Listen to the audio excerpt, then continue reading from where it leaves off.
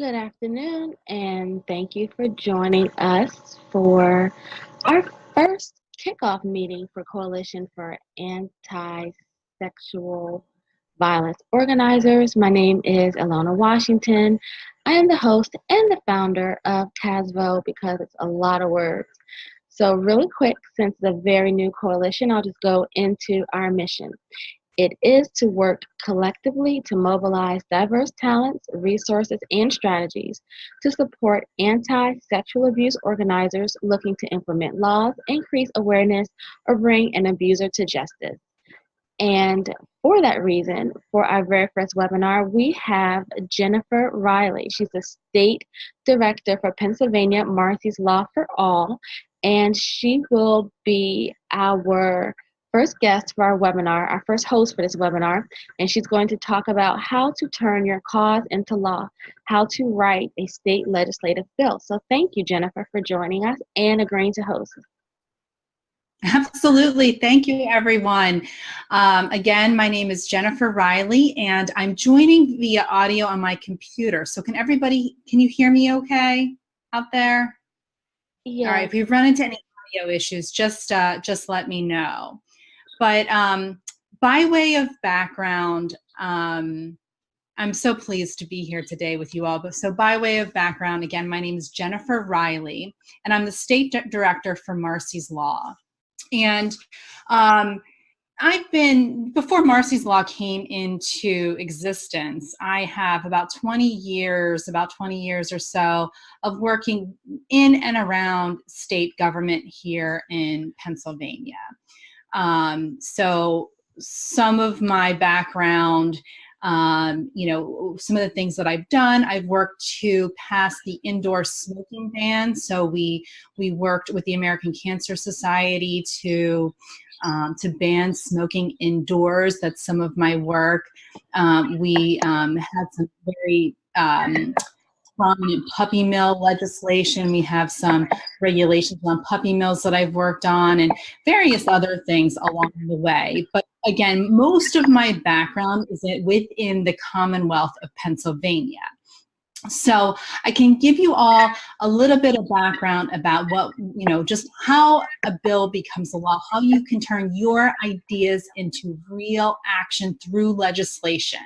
And so I'll walk through this PowerPoint, but I really want, you to be able to ask questions and we can have this as a dialogue. So make sure that, if you have any questions that you submit them or let us know after we run through some of these slides.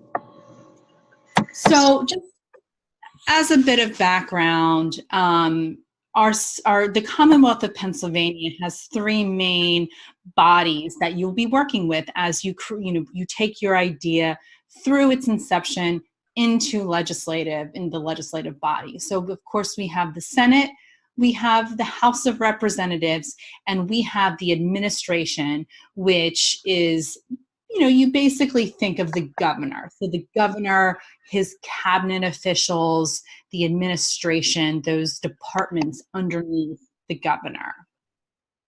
So those are the three bodies that you would be working with as you move your bill through the legislative process. But most prominently, you'll be working with the House and the Senate. So the House has 203 members and the Senate has 50. So I like to think of it as every time we're working on legislation, you have to work with 253 individuals, their own individual priorities, all of those things. And then to put it in perspective, there are more than 5,000 bills introduced during every 2-year session. That's a lot of bills. And not all of them make it through all the way through the process.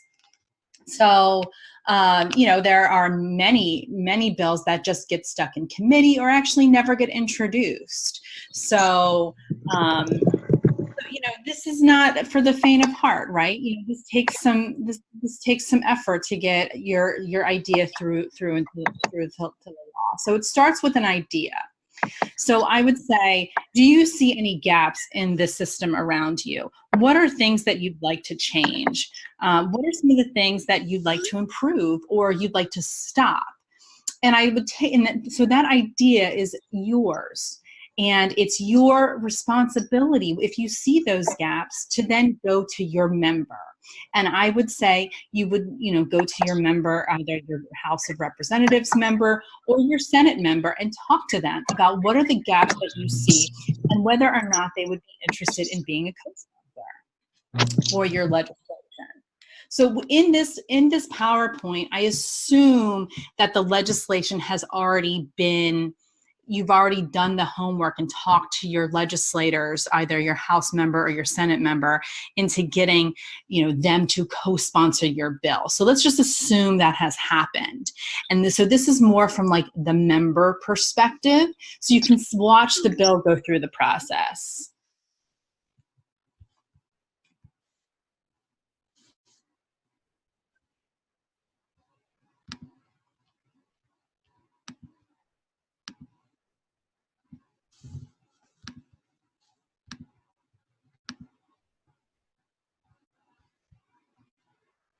Okay. I think everybody's on now. Is everybody on? Everybody can hear me okay? Yes. Okay, great. Okay. All right. So when I think about, working within the legislative process and taking your idea through the legislative process, I always like to think of things in terms of these 4 bucket areas. So you have to have 3 out of the 4 in order for your idea to be successful within the legislative process.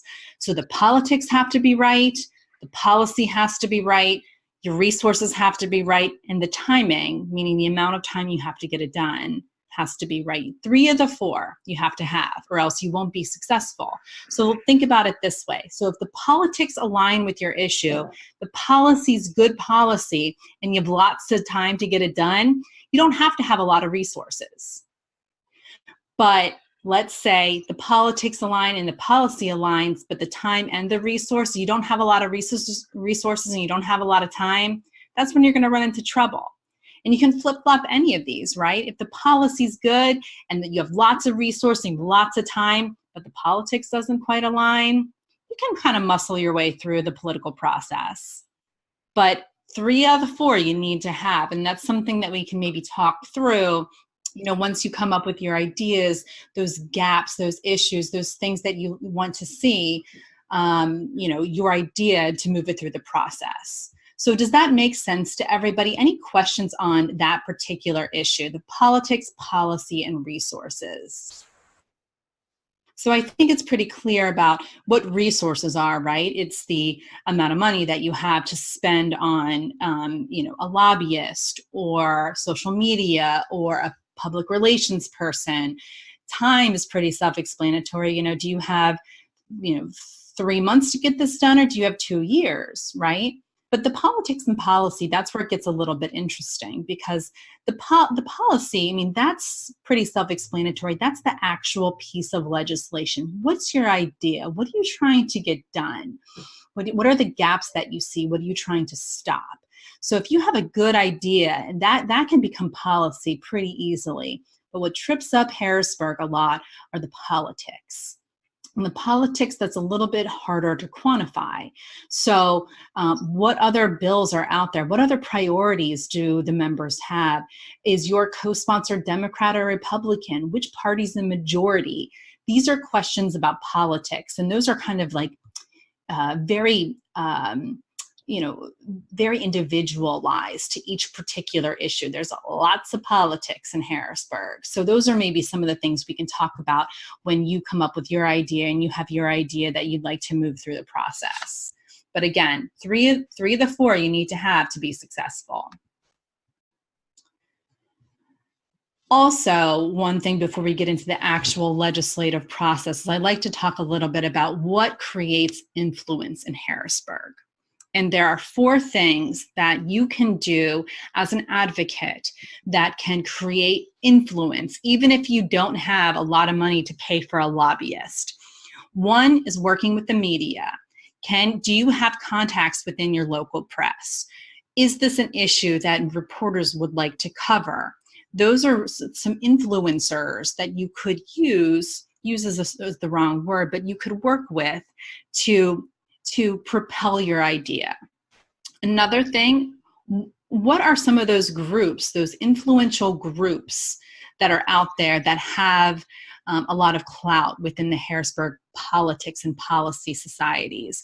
So, let's just use Marsy's Law for an example, my organization that I run. So we work with a lot of the crime victim advocates.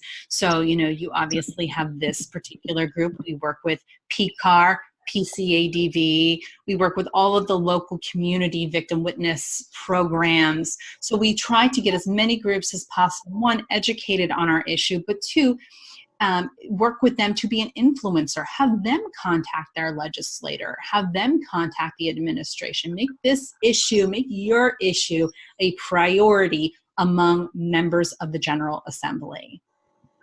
The third one I would say would be members themselves. So depending on who your co-sponsor would be for your idea, your legislation, work with them. Put out a dear colleague letter or a letter to their other members urging them to support your issue. Work with the member to get them on the media. Work with the member to have a speaking engagement with those influential groups that we just spoke about. Work with the members themselves to help them propel your issue. And then finally, and I think the most importantly, is working with constituents. And we're all constituents on this webinar right now, but work with other constituents, educate them on your issue. Maybe about when I first joined, when I first got into politics, I would say that, it was kind of like an old boys network, right? So a lot of, you think of politics, you think of like the backdoor rooms where they're smoking cigars and they would hash out policy and politics there. That's not the case anymore. Politics is driven by forces outside of the Capitol building, and those are the voters themselves, constituents, the influential groups, the media. If you can gather these 4 groups to propel your idea forward, to act as an echo chamber of influence for your idea, that is all that you need. That is all that you need as far as resources. You need to make sure that you have all of these things aligned so that you can propel your idea forward. But it really just starts with your idea, right? Again, what are those gaps? What are those things that you're seeing in your community? How can you make a difference? And my first step would be meeting with your local member of the House and Senate. Find out who they are. You can go on the General Assembly website. You can put in your address and you can find out who your member is. And I'd set up meetings with them. Talk about your idea. Work with them to be a co-sponsor. Ask them directly, will you co-sponsor my legislation? Will you co-sponsor this? Remember, they're here to work for you, not the other way around.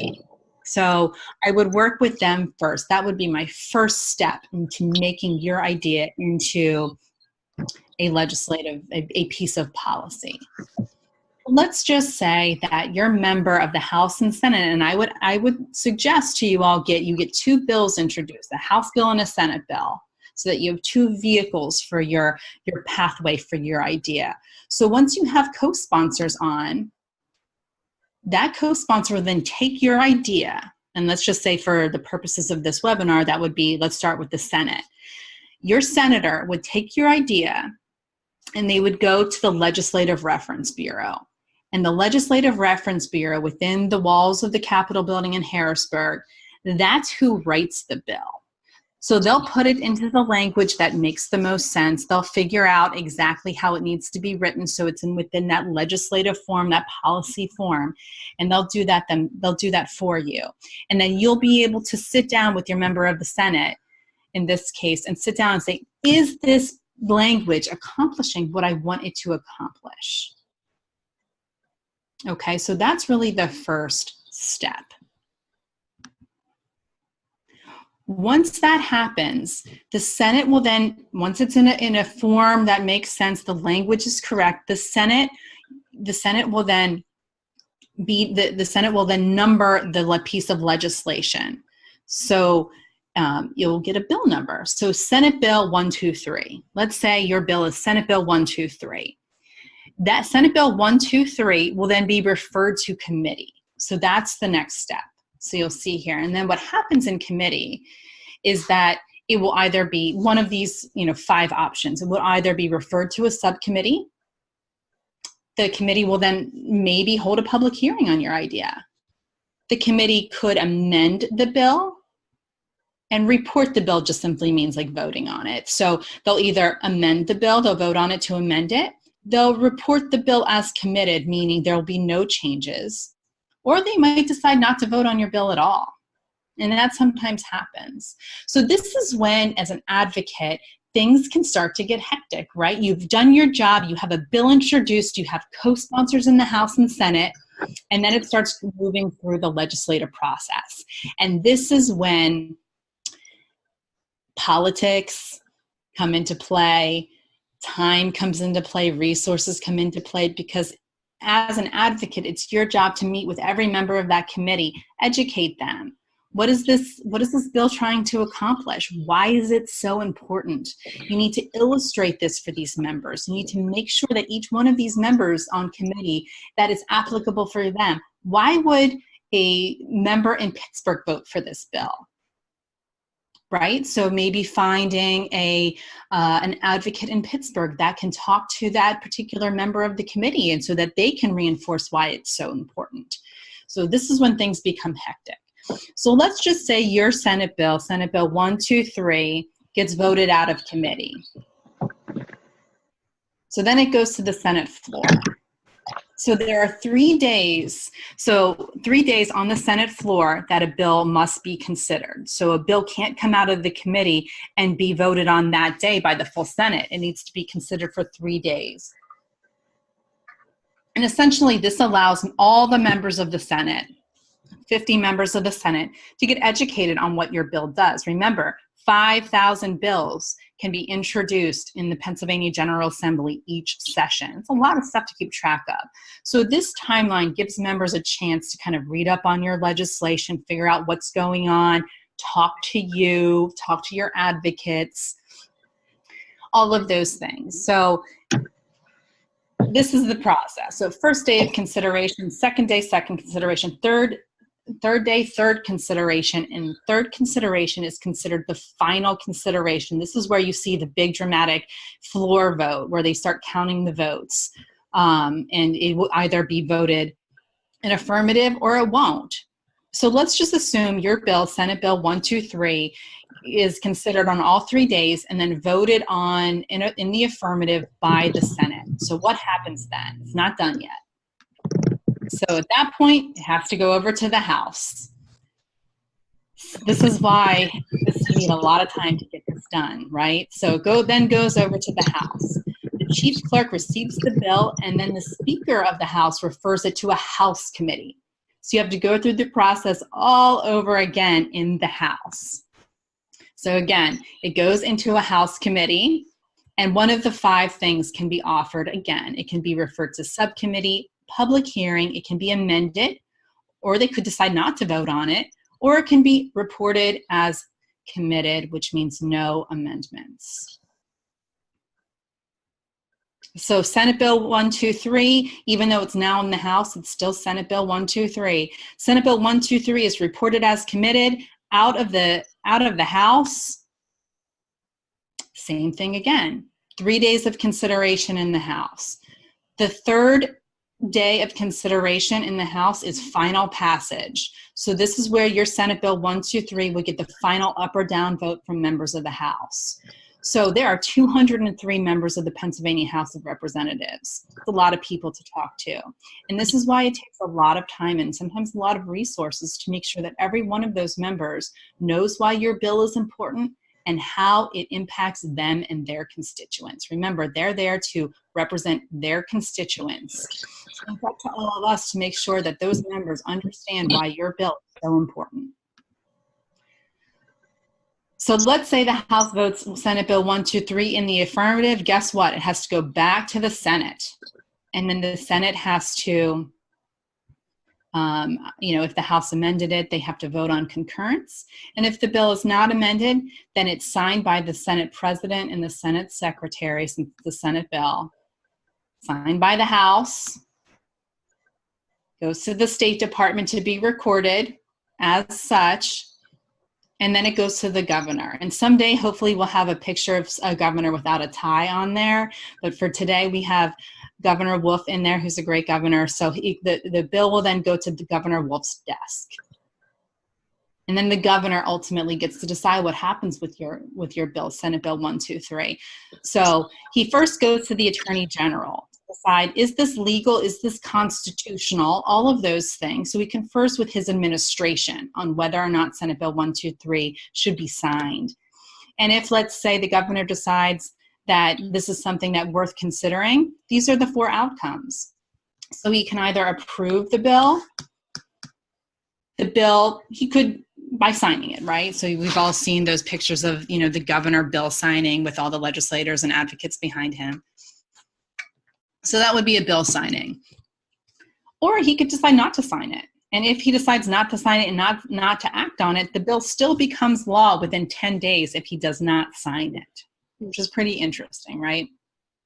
He can veto it, meaning this flat out veto, all of the hard work just stops, it's done. The bill goes no further. It does not become law, which is within the rights of the governor to do so. Or he can line item veto it, meaning he could take the bill as reported to him, as approved by the House and Senate, and he can strike certain references within the bill itself as to create them null and void. So not just vetoing the entire bill, but vetoing portions of the bill, which doesn't happen, I would say, as often with a regular piece of legislation, but it certainly could.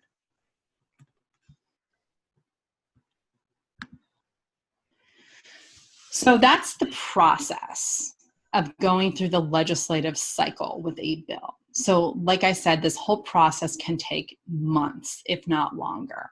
So here in Pennsylvania, we have a 2-year legislative session, and we have a full-time legislature.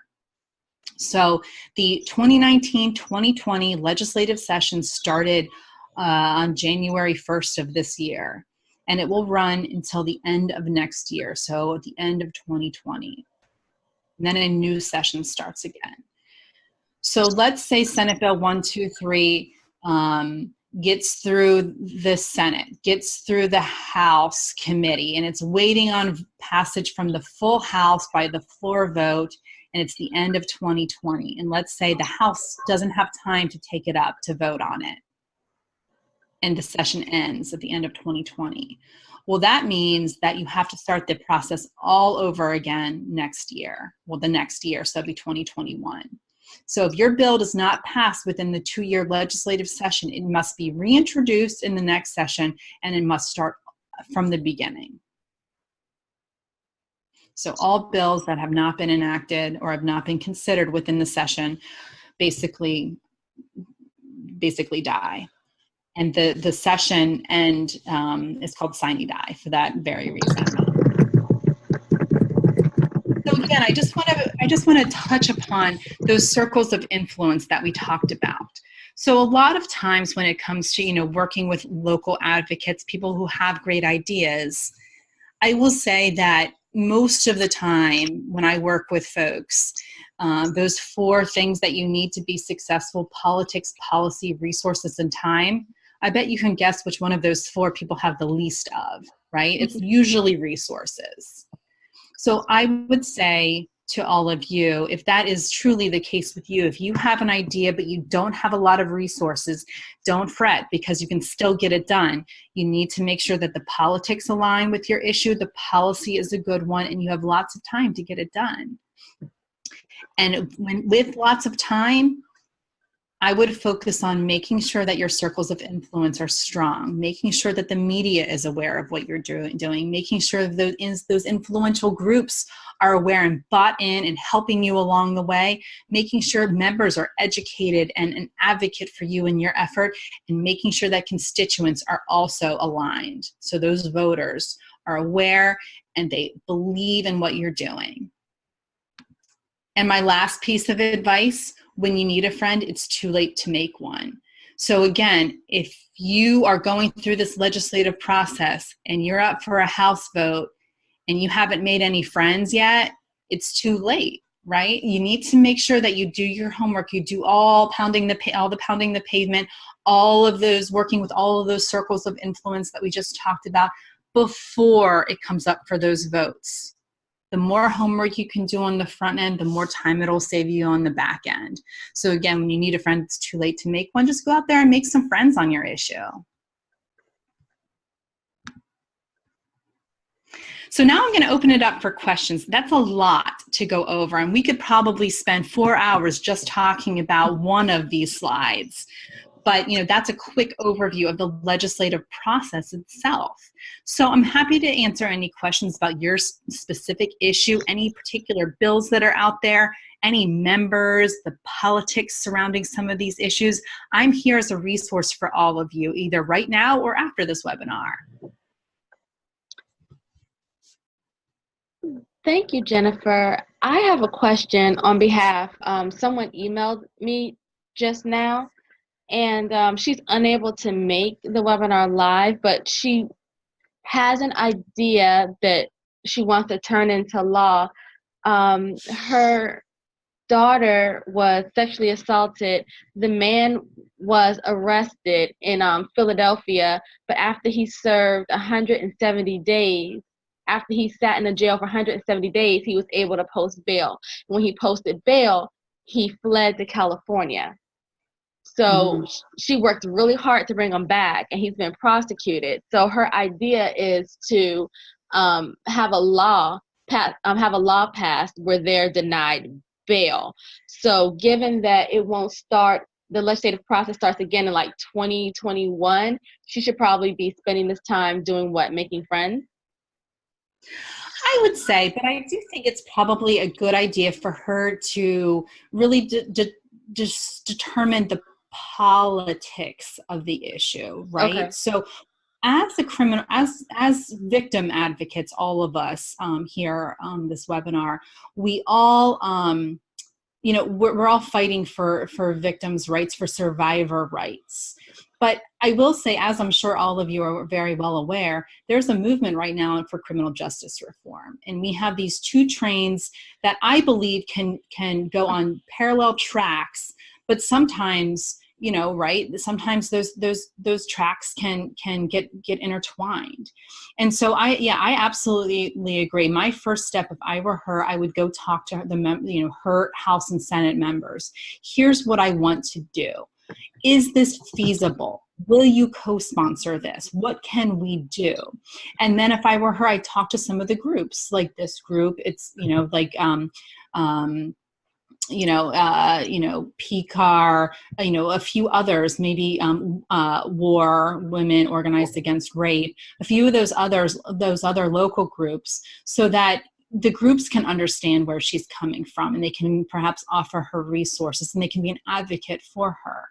So yeah, it's really just getting the wheels turning, starting to pound the pavement, talking to folks, being strong in your conviction and what you'd like to see.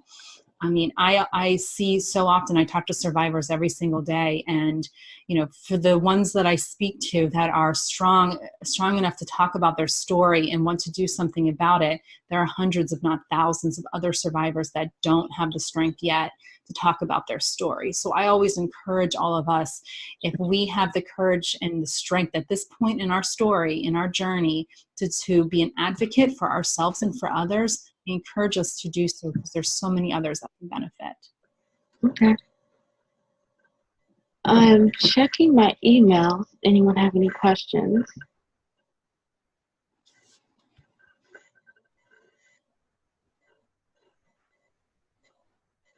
So while you're checking, maybe I can give you guys all, if you're interested, hearing a few minutes about what's happening with Marsy's Law and what Marsy's Law is. So I can kind of bring this, webinar, these PowerPoints into real life. So Marsy's Law is a national effort to elevate crime victims' rights to state constitutions with the ultimate goal of going to the federal constitution and amending the federal constitution to include crime victims' rights.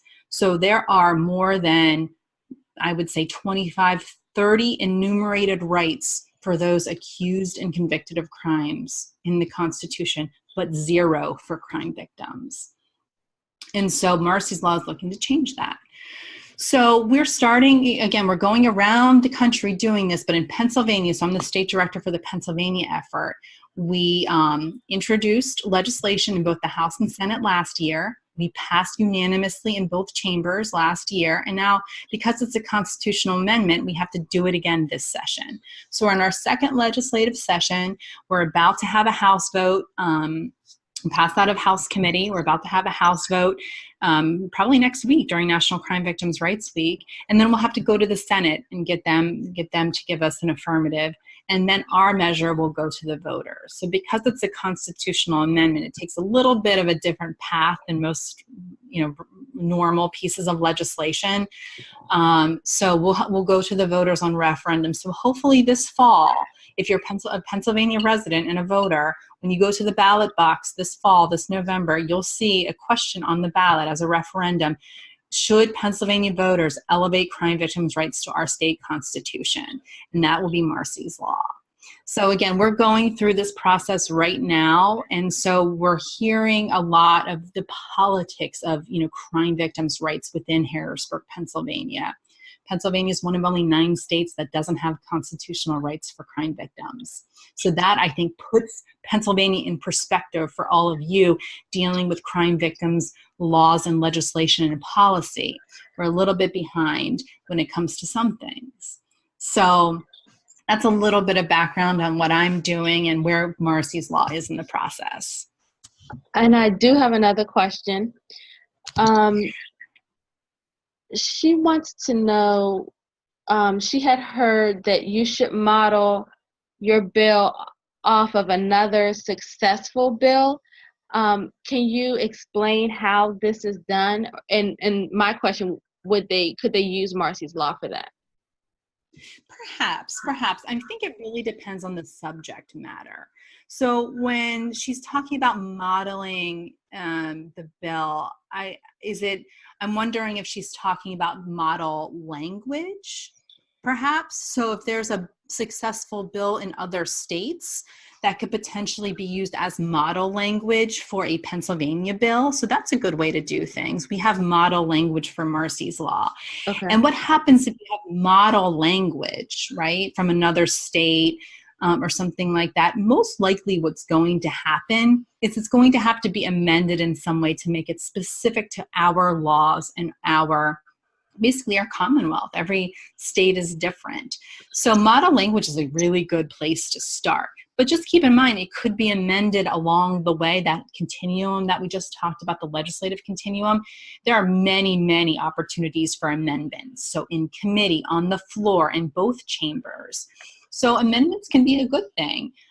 So yeah, I would say model language is a great place to start. Just keep that in mind. Okay. I don't have any other questions from attendees, but I have a question myself. I have no idea about the entire legislative process, but when it's going through the process and it has 3 days and before they vote in the House and then sit in and they're talking on the floor, how much participation would the person who initiated that bill have? Is that when they're asked to come testify? I mean, and when it's amendment, are they notified of the changes, or it just is totally out of their hands and they're unaware? Yeah, so that's a really good point, actually. So It really depends probably on the relationships that you have with the co-sponsor. So the co-sponsor, meaning the prime sponsor, like the person that's shepherding this for you, the legislator that's shepherding this for you. I would say you need to make good friends with that person, right? And so you can be working very closely. So I have seen instances where a bill has been introduced and it kind of just floats through the system and it can get amended and just kind of becomes, engrossed in the system.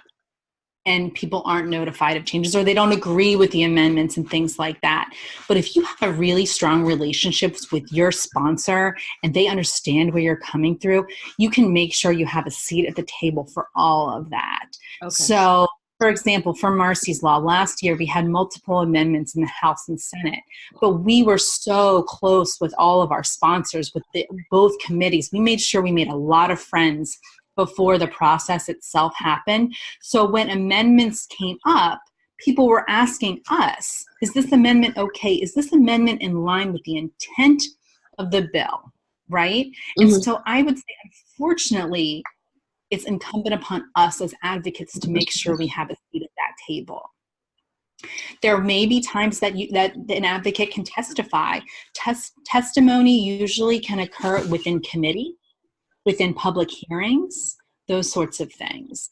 And so making sure, again, that you're really close with your sponsor and with those committees can help with that process to make sure that you have a voice within that process. Because it could get caught up in just like the churning of the policy, the churning of the legislative process at times. And I would say once it's on the House floor, the Senate floor, those 3 days of consideration, unfortunately, the time for negotiation is done, right? So that's very much an up or down vote. Now, it could still be amended on the floor, but the time for input's very, very short, right? And so if you think of those 4 things that you need to be successful, think of those things, your time frame on those, it goes on to 3 days. So the time frame goes down. So you need to make sure that you have the resources are in place, the politics are aligned, and the policy is good, because that train is moving, right? So, and that's not a time where an advocate can go on the floor and plead for their bill. The time is done at that point. So lots of homework that needs to be done beforehand, but the process is pretty complex and pretty long. So there's lots of time to make sure that your voice can be heard within it. Jennifer, someone has a question. I guess we're all having like technical issues. I don't want to reclaim the host because I'm afraid what will happen. Can you unmute Maria Mayo?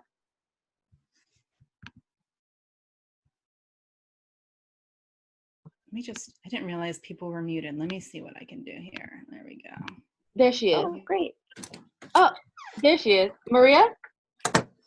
Hello. Hi. Hi. I wanted to ask, we're launching a nonprofit right now, and one of the things that we want to do is to have a lobbying team that pushes for legislation. And we were wondering if there is like an annual budget that we should consider that would be kind of enough to do that for like the first year. Yeah, so I think that's a great idea. If you have the resources to get a lobby team, somebody familiar with the process, I think that's great. I would say lobbyists, it very much depends on a few of the issues like we talked about, that most likely the politics and the policy of your issue. So I would say a good range for a lobbyist would be in the range from $4,000 a month to $10,000 a month. So this is hiring an outside lobbyist. Yeah, that would be a retainer. I would say to be prepared to spend. What if we already have volunteers willing to do it? We just need money, like for whatever else we would need. So I think volunteers are a great way to go. I mean, like I said, resources is probably the one thing that people have the least of when working on these things. So if you're not looking to hire an outside lobbyist, but you are looking to, I guess the question would be, if I'm understanding, Like, what would you need to make sure your volunteers have enough resources to help you? Is that correct? Yes. Yeah. So I would say, So a few things I would make sure that you're doing. Making sure you have a nice PR effort. So having volunteers help with that.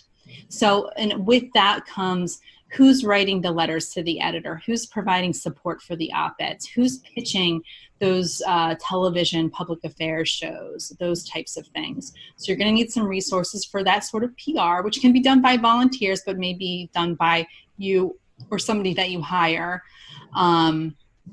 Then I would say, who's your public affairs person? Who's the one working with all of those groups, the influential groups within the Harrisburg Policy Network, the groups like this one, groups like PCAR, groups like WAR, groups like PCADV, all of those groups. So you'll need somebody to manage those relationships. And then you'll need somebody to just work the halls of Harrisburg. So even if you have a lot of volunteers, I would say a really good way is to have a Harrisburg Lobby Day. So bring all your volunteers to Harrisburg and have a few people in charge where you have, the list of members that they need to visit. Here are your talking points. Here are your leave behinds. And then you have the day kind of plotted out. Who are the members of the committee that we need to visit? Who are the members of the House committee we need to visit? Who are the members of the leadership that we need to get informed on this? All of those things. So this can be a lot. So I guess so if you're looking, are you looking for additional lobbying help? Are you looking for additional PR help, or all of the above? Probably both. Both? Yeah. I would say, a couple $1,000s a month, because then you can have some PR, you can have some social media, you can boost your social media presence, you can have ads running on that, you can have a volunteer day, you have to feed them lunch, you have to get them to Harrisburg, all of those things, which can be kind of a lot. But again, if you have more time, that means your resources can get cut down, so you can spread that out amongst, a year or a year and a half or something like that. So if you're interested in doing something, I'd be happy to get on the phone with you one-on-one to just talk through what are the resources that you currently have in-house and what are the things that you're going to need to outsource. Yeah, okay, that would be great, actually. Yeah. I would really appreciate that. Would love to. So I guess I can just get Alona to connect. Yep, absolutely. And my email address is right on the screen too. I'm sorry, I missed that. My email address is on the screen as well. Oh, okay, yes. Yes, then I'll go ahead and email you. Thank you. You got it. Thank you. Does anyone have any more questions? All right. Well, I have a quick question. Mm-hmm. I missed the very beginning of this talk, and I was wondering if it's going to be available recorded anywhere so I can get the part that I missed. Yes, it will. I'm going to make the link available, and I will be emailing it out to everyone. Perfect. Thank you. You're welcome. All right. Can I actually ask one more question just really quickly? Sure. Okay, I'm Nadia. I'm actually also one of the co-founders of the org that Maria and I started. And I was just going to ask a question about how to navigate territorialism in the space, because I feel like that's pretty strong in the space. And is there a way to collaborate with other orgs on bills? Because we would much rather work with other orgs who are already doing work on the ground than reinvent the wheel and create bills that somebody else, is very similar to something else that somebody else has introduced. So that's maybe we could talk about that later, but yeah, that's just a question I was wondering.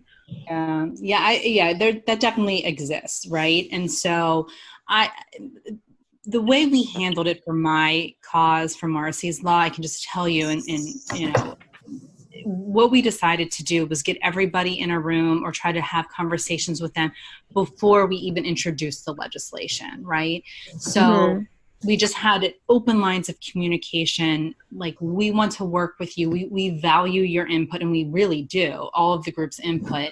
And so what do you think? Like, do you have suggestions? Do you have concerns? Like, just open up those lines of communication before the process starts rolling, because once the process is rolling, people can feel cut out. That's when I feel like a little bit of that territorialism can pop up. So keep making sure those lines of communication stay open from the beginning, I think would be your best course of action. Okay, great. Thank you. Yeah.